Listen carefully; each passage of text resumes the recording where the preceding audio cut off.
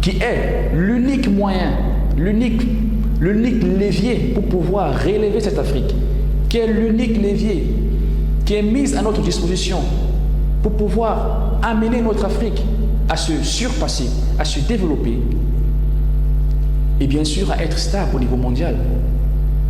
Cette école aujourd'hui, si nous faisons une analyse prompte, nous comprenons que l'école ne répond plus à aucune demande dont la jeunesse africaine a besoin. Je vous pose la question à vous. Je sais que derrière cette caméra, il y a des millions de personnes qui me regardent, des milliers de jeunes diplômés qui ne peuvent plus, face à cette école qui nous promet beaucoup de choses, mais qui en réalise beaucoup peu.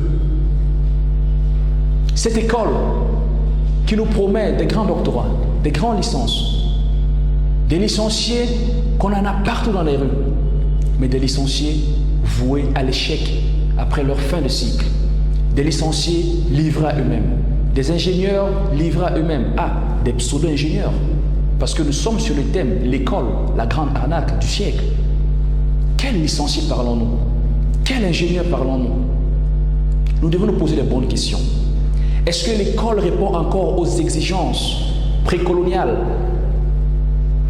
À ce jour, est-ce qu'il n'est pas possible ou voire envisager de changer carrément la structure de l'école, pour changer carrément le fonctionnement de l'école, pour voir de nouvelles directives, pour voir de nouvelles objectivités, pour voir de nouvelles visions? Cette école hier qui était, pour nombreux de nos parents qui nous suivent actuellement, un moyen pour assurer et continuer le fonctionnement des infrastructures coloniales laissées par les colonisateurs, cette école-là qui était une manière qui aujourd'hui devient une risée. Chers Africains, notre école est dépassée. Notre système éducatif est dépassé.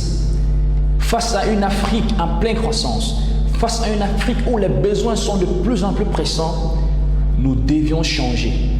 Nous devions migrer vers une nouvelle phase d'éducation. Nous devions migrer vers une nouvelle phase d'apprentissage. Car oui, l'école aujourd'hui n'est plus celui-là ou cette entité qui doit nous procurer rien que la connaissance.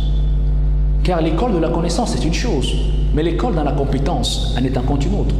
On se comprend très bien. Car aujourd'hui nous parlons de la compétence. Sans la compétence, l'Afrique n'ira nulle part.